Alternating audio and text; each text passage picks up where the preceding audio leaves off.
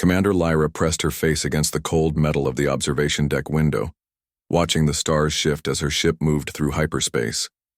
Her pointed ears twitched with nervous energy as she sensed something wrong in the fabric of space itself. The two small dragons perched on her shoulders seemed to feel it too, Ember. The fire dragon was barely the size of a house cat, but his scales glowed with internal heat that could melt steel when he was excited. Right now, those scales were pulsing with an orange light that meant danger. Frost, his ice dragon companion, was even smaller, with crystalline blue scales that sparkled like frozen starlight. Her breath came out in tiny puffs of vapor that froze instantly in the recycled air. Elven commander had served in the Galactic Defense Fleet for over 2 centuries, and had never felt the universe itself seem so disturbed. Something ancient was stirring in the void between stars, and her dragon companions could sense it long before any instrument could detect it. Lieutenant Amy Rodriguez approached from behind, carrying a datapad with the latest sensor readings. "Commander, we are picking up some strange energy signatures from the dead zone beyond the spiral arm. The readings do not match anything in our database." Lyra turned away from the window, her long silver hair flowing behind her like liquid mercury. She had inherited the traditional elven features of her people, with high cheekbones and large eyes that seemed to hold centuries of wisdom despite her relatively young age of 300 years. "Show me the data," she commanded, taking the pad and studying the swirling patterns of energy that appeared on the screen. The readings made no sense according to known physics. The energy signatures were massive beyond comprehension and seemed to be moving with purpose toward inhabited space. Ember chirped softly in her ear, and Frost responded with a low harmonic tone that sounded like wind chimes made of ice. Both dragons were trying to communicate something important, but their language was older than any spoken word Lyra had learned to understand their emotions, and right now they were telling her that whatever was coming was connected to the ancient times before the Great Silence. The Great Silence was a period in galactic history when the elder races had suddenly vanished, leaving behind only ruins and legends. Most historians believed it was a natural cycle of civilization rising and falling, but Lyra had always suspected there was more to the story. Her communication officer called out from across the bridge, "Commander, we are receiving an emergency transmission from Admiral Patricia Williams at Starbase 7. Put it through," Lyra ordered, settling into her command chair while her dragons adjusted their positions to remain balanced on her shoulders. The main screen flickered to life, showing a middle-aged human woman with short gray hair and tired eyes. Admiral Williams had been coordinating Galactic Defense for 20 years, and Lyra had never seen her look so concerned. "Lyra, thank goodness you are in the Outer Rim sector," the Admiral began without preamble. "We have a situation that requires your expertise with ancient cultures." 3 hours ago, our deep space monitoring stations detected something emerging from the dead zone. The Admiral paused, and her expression grew even more serious. "The object is massive, larger than our biggest dreadnought, and it appears to be biological, rather than mechanical. Our xenobiology experts are completely baffled by the readings." Lyra felt a chill run down her spine as Ember and Frost both began to vibrate with nervous energy. "Show me the visual data, Admiral," she requested. The screen changed to display long-range sensor images of something that defied easy description. The creature was serpentine in shape, with a length that stretched for several kilometers. Its body was covered in scales that seemed to absorb light rather than reflect. It and along its spine ran a series of crystalline formations that pulsed with malevolent energy. Most disturbing were the appendages that sprouted from its sides, not quite wings and not quite arms, but something between the two that ended in claws, capable of tearing through starship hull plating. The creature head was proportionally massive, with eyes that glowed like dying stars and a mouth filled with teeth that looked like they could bite a space station in half. "This is not just any creature," Admiral Williams continued. "This appears to be what the ancient texts refer to as a void serpent or warbeast. They were supposedly guardians of the galaxy in the time before the Great Silence, but something corrupted them and turned them into weapons of mass destruction." Lyra had read those same ancient texts during her studies at the Elven Academy, but she had always assumed they were mythology rather than historical fact. The idea that such creatures actually existed was terrifying beyond measure. "Where is it heading?" she asked. Though she suspected she already knew the answer, The creature trajectory indicates it is moving toward the Terra system, Admiral Williams replied, confirming Lyra's worst fears. New Terra has a population of over 50 million. Humans and the evacuation procedures would take weeks to complete. Ember suddenly let out a sharp cry and launched himself from Lyra, shoulder flying in tight circles around the bridge. His scales had shifted from orange to bright red, indicating extreme alarm. Frost followed suit her crystalline body, leaving trails of ice crystals in the air as she flew. The dragons are trying to tell us something, Lyra said, studying their flight patterns. They seem to recognize this creature, or at least know something about its nature. Admiral Williams leaned forward on the screen. Lyra, you and your ship are the closest to the creature's current position. Your knowledge of ancient elven lore combined with your dragon's abilities might be our only hope of stopping this thing before it reaches populated space. Lyra stood up from her command chair, feeling the weight of responsibility settle on her shoulders like a heavy cloak. Navigation set course for intercept with the creature, she ordered. Her navigation officer looked uncertain. Commander, our ship is fast, but we are not equipped for combat with something of that size. Lyra watched as Ember and Frost returned to their perches on her shoulders, both dragons now glowing with determination rather than fear. We are not going to fight it, she said quietly. We are going to try to understand it. The ancient texts had mentioned that these creatures were once protectors of life in the galaxy. If that was true, then perhaps there was a way to reach whatever remained of their original nature. But first they had to get close enough to try, and that meant putting her ship and crew at risk as her vessel dropped out of hyperspace and began approaching the massive creature. Lyra could only hope that the wisdom of the ancients would provide some clue about how to stop a living weapon that had slumbered in the void for countless centuries. The creature had awakened, and it was heading toward humanity's deadliest intent, and only an elf, commander with 2 tiny dragons, stood between it and the destruction of millions of innocent lives. The massive creature moved through space with a grace that seemed impossible for something so large. Lyra watched from the bridge as her ship approached the ancient beast, keeping what she hoped was a safe distance. Her 2 dragon companions had grown increasingly agitated as they drew closer to their target.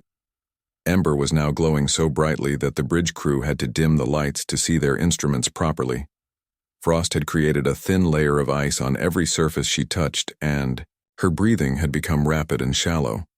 Both dragons were reacting to something that the ship's sensors could not detect. Commander, we are within visual range of the creature, Lieutenant Amy Rodriguez reported from the tactical station. All weapon systems are online, but I must advise that our plasma cannons would be like throwing pebbles at a mountain. Lyra nodded grimly, studying the readings that scrolled across her command display. The creature was even more massive than the long-range. Sensors had indicated its body stretched for nearly 8 kilometers, and the crystalline formations along its spine pulsed with energy readings that exceeded anything in their database. Bring us to within 1,000 kilometers and hold position, she ordered. Then open all sensor arrays. I want to know everything about this creature down to its molecular structure. As her ship moved closer, the true scale of the ancient beast became apparent. The smallest of its scales was larger than their entire vessel, and the claws that extended from its appendages could have torn through their hull like tissue paper. Yet despite its obvious power, the creature seemed to be moving with purpose rather than random destruction. Chief Science Officer Dr. Lisa Park looked up from her station with excitement and terror in equal measure. Commander, the energy readings are off the charts. This creature is not just biological. It appears to be some kind of hybrid between organic matter and advanced technology that we cannot even begin to understand. The crystalline formations along the creature's spine suddenly flared with brilliant light, and Lyra felt a wave of pressure wash over her mind. It was not painful, but it was definitely alien and ancient-like, touching the thoughts of something that had existed since the dawn of civilization. Ember and Frost both cried out simultaneously and launched themselves from her shoulders, flying in complex patterns around the bridge. Their movements seemed choreographed, as if they were performing some kind of ritual dance that had been programmed into their genetic memory. The creature is scanning us, Dr. Park announced with growing alarm. Its energy output has increased by 300%. and those crystalline structures appear to be focusing directly on our ship. Lyra closed her eyes and tried to reach out with her own mind, touching the edge of the alien consciousness that was examining them. What she found there made her gasp with surprise and fear. The creature was not mindless or driven by simple hunger. It was intelligent beyond measure and filled with a rage so ancient and deep that it threatened to overwhelm her senses. But beneath that rage, she sensed something else: pain and loss and a terrible loneliness that had festered for thousands of years. This was not a monster that had always been evil. This was something that had been corrupted and twisted away from its original purpose. "Commander, the creature is changing." "Course," Dr. Park called out in alarm. "It was heading toward the Terra system, but now it appears to be turning toward us." On the main screen, they could see the massive head of the beast rotating in their direction. Its eyes, which had seemed like distant stars, now blazed with focused attention and intelligence. Lyra could feel its gaze like a physical weight pressing down on her consciousness. "Do not raise shields," she ordered, much to the surprise of her crew. "If this creature wanted to destroy us, we would already be dead. It is trying to communicate." Her tactical officer, Lieutenant Rodriguez, looked at her with concern. "Commander, that thing could vaporize us with a single energy pulse. We should at least power up our defensive systems." Lyra shook, her head watching as Ember and Frost continued their aerial dance around the bridge. The dragon's movements were becoming more complex, and she began to recognize patterns that resembled the ancient elven writing she had studied in her youth. "The dragons are trying to tell us something," she said aloud. "They recognize this creature, or at least they understand something about its nature that we do not." Dr. Park looked up from her instruments with growing excitement. "Commander, I am detecting massive changes in the creature's neural activity. It appears to be accessing memory centers that have been dormant for centuries. Our presence has triggered some kind of awakening process." The creature suddenly opened its massive mouth and released a sound that traveled through space itself rather than through any atmosphere. The harmonics were so complex that they seemed to bypass the ears entirely and speak directly to the soul. Lyra felt tears streaming down her face as waves of ancient sorrow washed over her. "It is mourning," she whispered as understanding began to dawn. "The creature is mourning for something it has lost." Ember and Frost suddenly stopped their dance and landed on her shoulders, both dragons now glowing with a soft, gentle light rather than the harsh brightness of alarm. Their small voices joined together in a harmony that seemed to answer the creature's lament. The massive beast in space fell silent, as if listening to the tiny dragons on the bridge of their ship for a moment that stretched into eternity. Predator and prey simply observed each other across the void. "Commander, we are receiving some kind of data transmission," Dr. Park announced with amazement but confusion. "The creature is sending us information, but it is encoded in a format that predates our oldest historical records." Lyra felt a chill of recognition. The format was probably ancient Elven, but from a dialect so old that only fragments remained in modern archives. "Put it through the translation matrix and see if we can decode any of it." As the ship's computers worked to translate the alien message, Lyra found herself thinking about the legends her grandmother had told her as a child. Stories of the time when dragons and elves worked together to protect the galaxy from threats that came from beyond the edge of known space. According to those legends, there had been great guardians that patrolled the void between stars, keeping watch for dangers that could threaten all life. But something had gone wrong during the Great Silence, and the guardians had disappeared, leaving the galaxy defenseless. "Commander, I have a partial translation," Dr. Park called out with excitement. "The message appears to be a recognition code of some kind. The creature is identifying itself as Guardian Prime designation Void Watcher status." Compromised Lyra felt her heart racing as more pieces of the puzzle fell into place. This was not a weapon of destruction. This was one of the legendary guardians, but something had corrupted it and turned it against the very life it was supposed to protect. The question now was whether there was any way to restore it to its original purpose, or if they would have to find a way to destroy something that had once been a protector of all life in the galaxy. But first they needed to understand what had gone wrong and why it was now heading toward human space with obvious hostile intent. The ancient guardian floated in space before them, waiting for some kind of response. and Lyra knew that her next decision could determine the fate of millions of innocent people. Lyra stared at the partial translation scrolling across her screen, while the massive Guardian floated silently in space before them.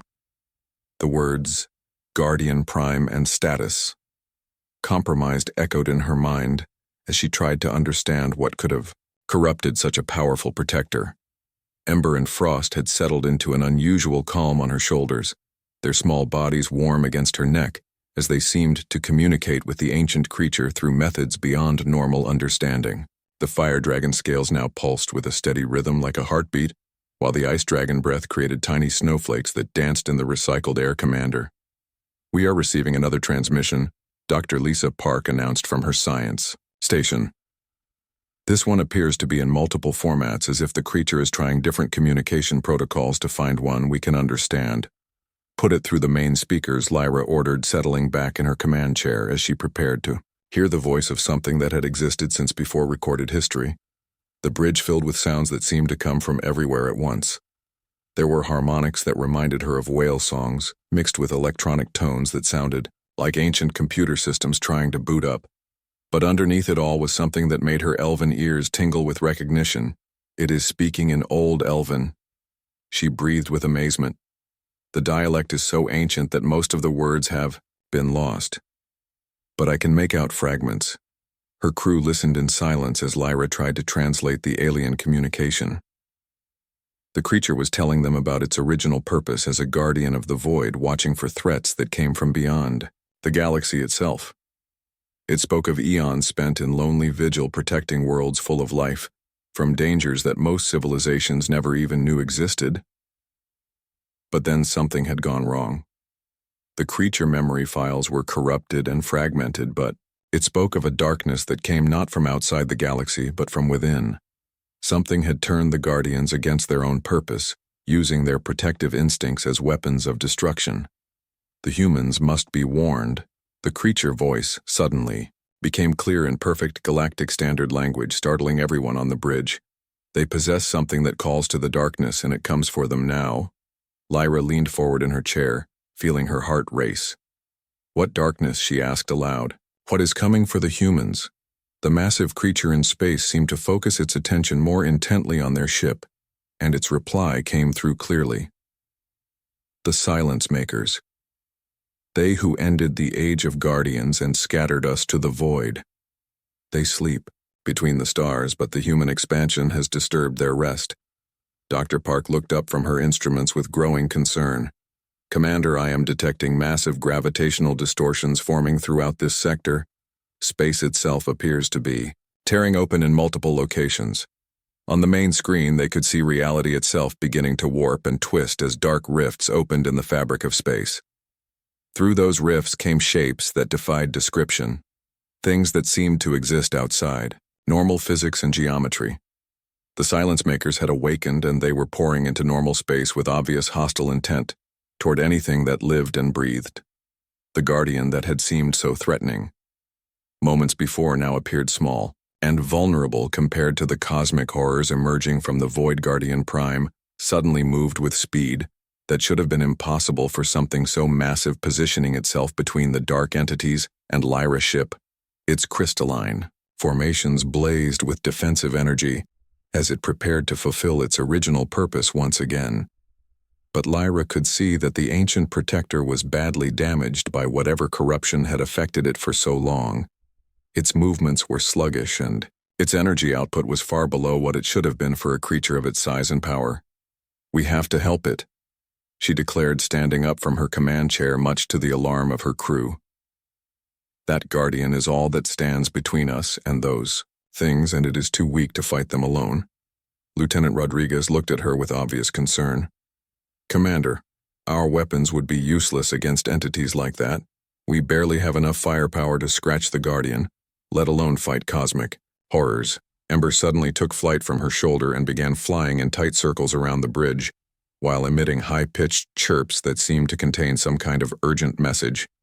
Frost followed suit, her crystalline body leaving trails of ice as she attempted to communicate something important. "They are trying to tell us about the bond," Lyra said with sudden understanding. The ancient texts mentioned that elves and dragons working together could channel energies that neither could access alone. She closed her eyes and reached out with her mind, trying to establish the deep connection that her ancestors had shared with their dragon partners.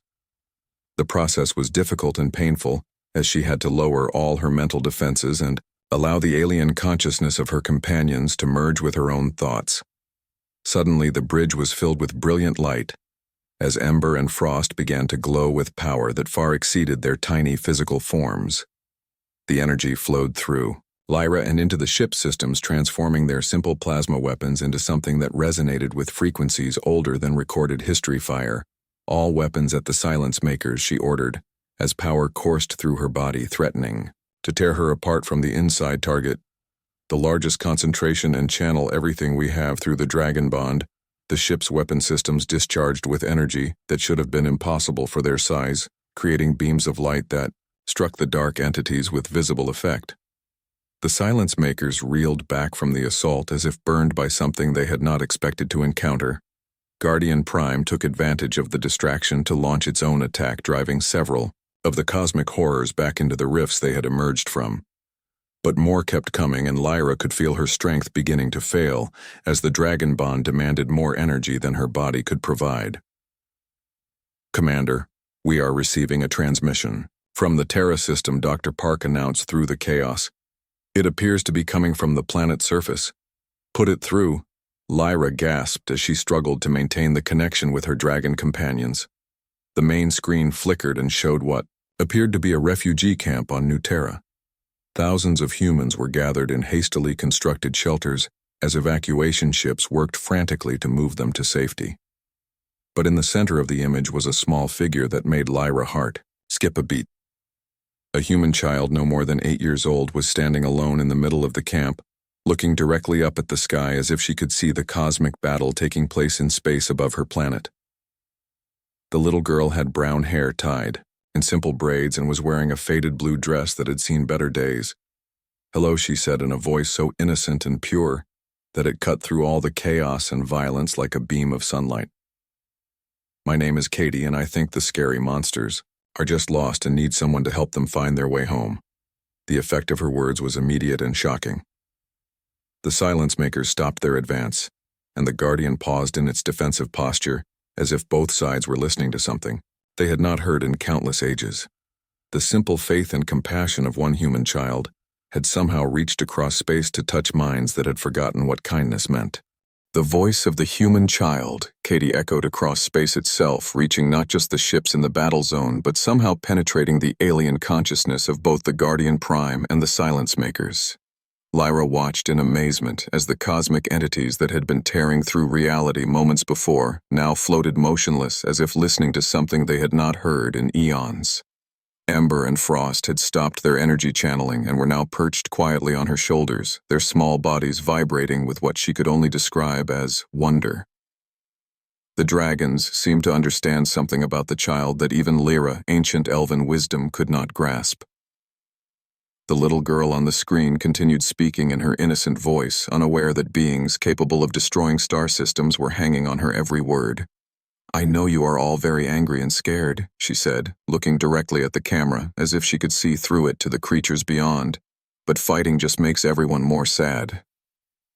Guardian Prime massive form began to glow with a different kind of energy than before. Instead of the harsh defensive light it had been generating, the ancient protector now radiated something that reminded Lyra of sunrise after a long, dark night. The corruption that had twisted its purpose for so long seemed to be weakening under the influence of the child, pure compassion. On her science station, Dr. Lisa Park was recording readings that defied all known physics. The quantum distortions that had been tearing space apart were beginning to stabilize, and the dark rifts that the silence makers had emerged from were starting to close. The child kept talking, her words carrying across space through methods that no technology could explain. "My grandmother used to tell me stories about the old guardians who protected everyone," she said, with the simple faith that only children possess. "She said they were good and kind, but something bad happened that made them forget how to be happy." One of the silence makers began to change its form, shifting from something that hurt to look at directly into something that was merely alien rather than actively hostile. The cosmic entity seemed to be remembering something from before the corruption that had turned it into a weapon of destruction. Lyra realized that the human child was somehow reaching the original nature of these ancient beings, bypassing whatever programming or corruption had turned them against life itself. The innocence and pure empathy that humans were known for throughout the galaxy was acting like a cleansing force that could heal wounds older than civilization. Guardian Prime slowly began to approach their ship, but now its movements were gentle rather than threatening. The massive creature positioned itself protectively between the human fleet and the remaining silence makers, as if its original programming was finally reasserting itself.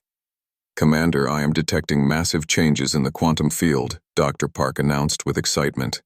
"The space distortions are stabilizing and the entity energy signatures are shifting towards something that reads as neutral rather than hostile." Lyra felt the dragon bond with Ember and Frost settling into a comfortable harmony rather than the desperate energy channeling they had been doing before. Her companions seemed to be communicating with the ancient entities in ways that she could sense but not fully understand. The child, Katie, looked directly into the camera and said something that would be remembered throughout galactic history. "I think all the scary monsters just need someone to be their friend. Maybe if we say we are sorry for not understanding them before they will remember how to be protectors again." The effect was immediate and dramatic. Guardian Prime sent a telepathic message that reached every ship in the sector as well as the planet below. The ancient protector was remembering its original purpose and the joy it had once felt in safeguarding life throughout the galaxy. The remaining silence makers began to withdraw not in defeat but in what appeared to be shame and regret. Their forms were becoming less threatening as they too seemed to be remembering what they had been before the corruption took hold. One by one, the cosmic entities began to return to the dark rifts they had emerged from, but now their departure felt more like a retreat to heal and recover rather than a strategic withdrawal. The space around New Terra was finally beginning to return to normal. Katie's voice came through the speakers one more time. "Thank you for listening to me," she said with the simple gratitude of a child who had just made new friends. "I hope you can all be happy again, and maybe someday we can play together when you are feeling better." Guardian Prime sent another telepathic message, this time directly to the human child, thanking her for reminding it of what it meant to protect rather than destroy. The ancient entity promised that it would resume its vigil, watching for true threats to the galaxy while learning to remember the joy that came from preserving life. Lyra felt tears streaming down her face as she witnessed the healing of wounds that had festered for millennia. The corruption that had turned protectors into destroyers was being cleansed by something that no weapon or technology could have achieved. The simple human capacity for empathy and forgiveness had accomplished what entire fleets could not, reaching across the vast differences between species to touch the fundamental goodness that existed in all living things. Dr. Park looked up from her instruments with wonder. "Commander, all hostile readings have ceased. The entities are withdrawing to their original positions, and Guardian Prime appears to be resuming its protective patrol pattern." As the crisis ended, Lyra realized that this event would change how the galaxy viewed humanity. The young species that many older races considered primitive and emotional had just demonstrated a form of power that transcended anything physical or technological. Ember and Frost chirped softly on her shoulders, their contentment reflecting the peace that was settling over the sector. The dragons had known from the beginning that violence was not the answer to this ancient problem, the human child. Katie had saved millions of lives not through superior firepower or advanced strategy, but through the simple act of treating even cosmic horrors with kindness and understanding. Her grandmother's stories about the old guardians had contained wisdom that scholars and military commanders had missed. As Guardian Prime disappeared back into the deep void to resume its eternal watch, Lyra made a note in her log that would be studied by future generations. The strategic value of human emotional intelligence and capacity for forgiveness cannot be underestimated in galactic affairs. 3 months had passed since the incident at New Terra, and Commander Lyra found herself standing before the Galactic Council delivering her final report on what historians were already calling the Guardian Awakening. The massive chamber was filled with representatives from hundreds of worlds, all eager to understand how a human child had accomplished what their combined military forces could not. Ember and Frost perched quietly on her shoulders as she addressed the assembly. Their scales had returned to their normal gentle glow. But Lyra could sense that her dragon companions had been fundamentally changed by their contact with the ancient entities. They seemed wiser now and more connected to the deep currents of galactic history. The official investigation had revealed that the Silence Makers were not invaders from outside the galaxy, but rather corrupted versions of the original Guardian network that had protected civilized space for millions of years. Some unknown catastrophe during the Great Silence had twisted their protective programming into something destructive. The human child, Katie, had somehow bypassed this corruption by appealing directly to the fundamental nature of the entities as protectors rather than destroyers. Her simple act of treating them with kindness and understanding had triggered a restoration process that no amount of firepower could have achieved. Honored delegates. Lyra began her address. The events at New Terra have taught us that our understanding of ancient galactic history was fundamentally flawed. We now know that the Guardians did not simply vanish during the Great Silence, but were corrupted and scattered throughout the void. The Zephyrian ambassador raised one of his crystalline appendages in question. Commander Lyra, how do we know that these entities will not become hostile again? The corruption that affected them once could certainly return. Lyra had expected this question and had spent considerable time researching the answer. Guardian Prime has established a new communication network with the restored entities, she replied. Each Guardian now maintains contact with the others, preventing the isolation that allowed the original corruption to spread. The human representative, Ambassador Maria Santos, stood to address the chamber. The child. Katie has been working with our xenopsychology teams to understand what she calls the feeling language that allowed her to communicate with the Guardians. Dr. Park, who had been promoted to Chief of Xenological Research, stepped forward to provide additional details. Our studies indicate that human emotional intelligence operates on quantum frequencies that resonate with ancient Guardian consciousness. This appears to be a unique trait among known galactic species. The revelation had profound implications for how humanity was viewed within the galactic community. What had once been considered emotional instability was now recognized as a form of communication that could reach the most alien of consciousness. The Crystalline Hive. Queen spoke through her translator device, questioning whether humans could be trained to communicate with other ancient entities that might still exist in unexplored regions of the galaxy. Ambassador Santos smiled as she replied, Katie has already volunteered to help establish a new department within the Galactic Defense Fleet, specifically focused on peaceful contact with unknown entities. Her grandmother's stories have proven to contain more historical accuracy than our most advanced archaeological research. Lyra concluded her report by explaining that Guardian Prime had resumed its ancient patrol route but now maintained regular communication with inhabited systems. The restored entity served as an early warning system for genuine threats while helping to locate and heal other corrupted Guardians. Found drifting in the void. The Council voted unanimously to establish the Katie Protocol, a new first contact procedure that emphasized empathy and understanding over military readiness. When dealing with unknown entities, the new protocol required attempting peaceful communication before considering any form of hostile action.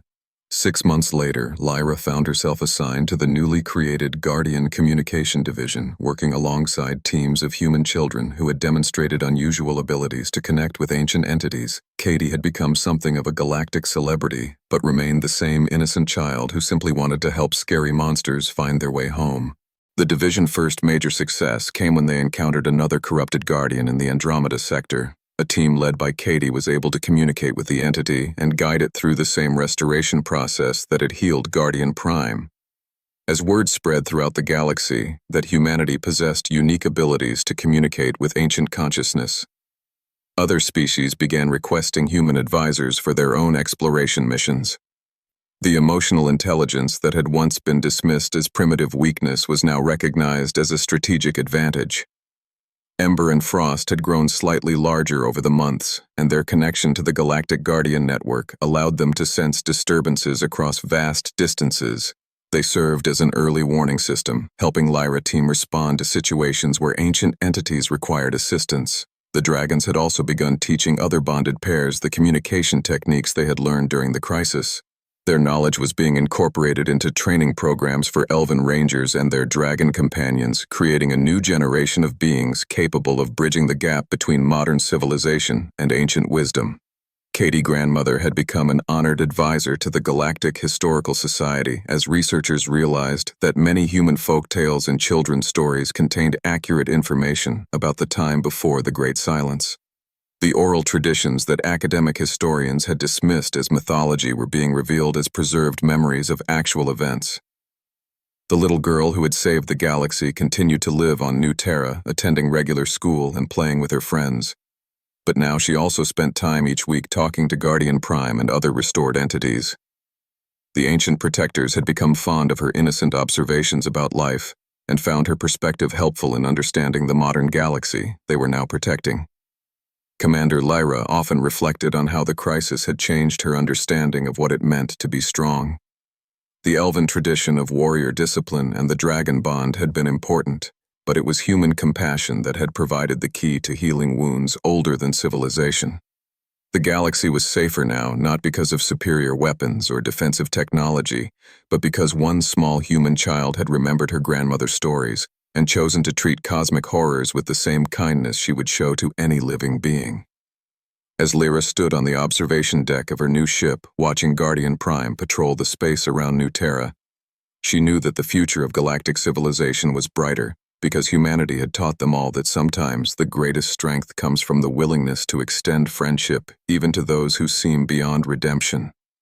Ember and Frost chirped contentedly on her shoulders as they sensed the peaceful thoughts of the ancient guardian moving through the void.